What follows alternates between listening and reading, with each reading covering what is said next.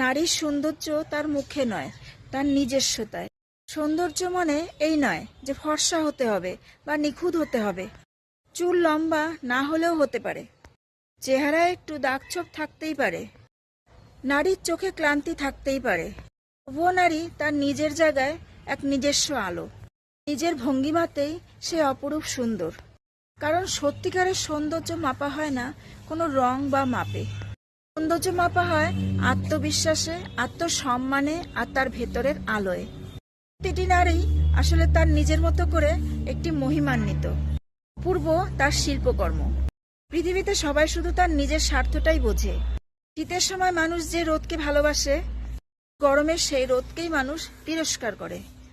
সুতরাং মানুষের কাছে তোমার মূল্য ঠিক ততদিন, তোমাকে তার প্রয়োজন ঠিক যতদিন। কিছু মানুষ কখনো কারো আপন হতে পারে না।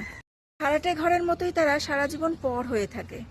চোখের জল ফেলে কখনো কারো আপন হওয়া যায় না। আপন সে কখনো চোখের জল আসতেই দেয় না। প্রতিটা মানুষই কিন্তু বদলায়, হয়তো অভাবে আর না হয় অবহেলায়। যদি বুঝতে পারা যায় কারো জীবনে আপনার থাকা আর না থাকা একই ব্যাপার, তাহলে সেখান থেকে সরে আসাটা আপনার জন্য অনেক বেশি ভালো।